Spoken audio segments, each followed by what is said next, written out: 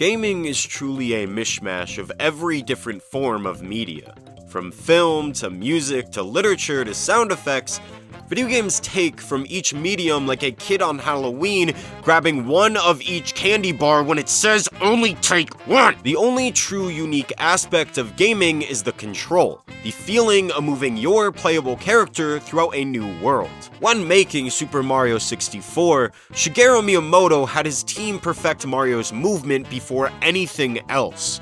In his words, he wanted the movement of Mario to feel so satisfying that thinking about it alone made you want to play the game. And almost 30 years later, half of modern games are still stumbling over themselves like a bumbling buffoon compared to Mario 64. Mega Man X, Solar Ash, Tony Hawk, these are games that just get it. Games have increasingly massive open worlds year after year, yet despite these massive worlds, the movement options to get through them are relegated to slowly running. Why do I feel inclined to explore even a tenth of this massive world if I'm just going to slowly walk around like it's fucking March of the Penguins? In contrast, games like Spiderman and Bomb Rush Cyberpunk excel because their movement systems transform the map itself into a central game mechanic. Everywhere you go now becomes a jungle gym, begging the player to engage with it and constantly keeping them locked into the gameplay.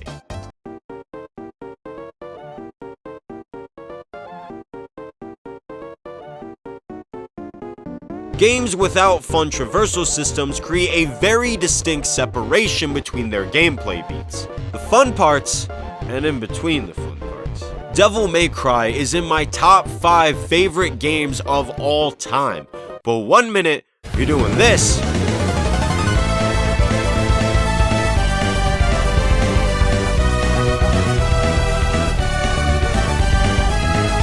and the next year,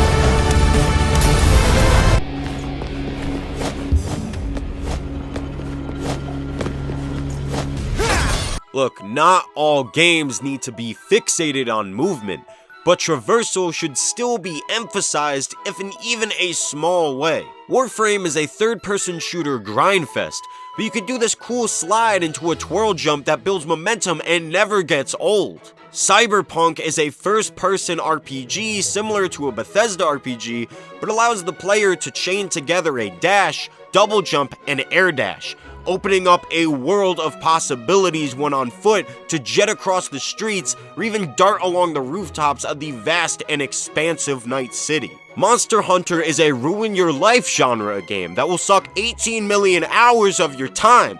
And as much as I love the old-school Monster Hunter games and their slower movement that allowed for appreciation of the landscapes, Monster Hunter Rise just blows it out of the water.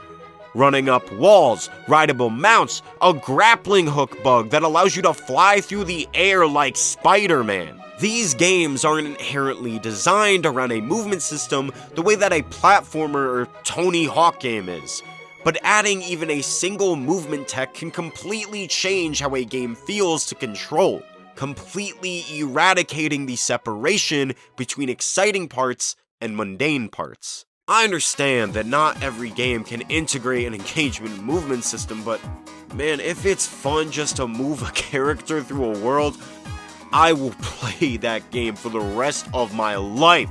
I love it. I love it so damn much.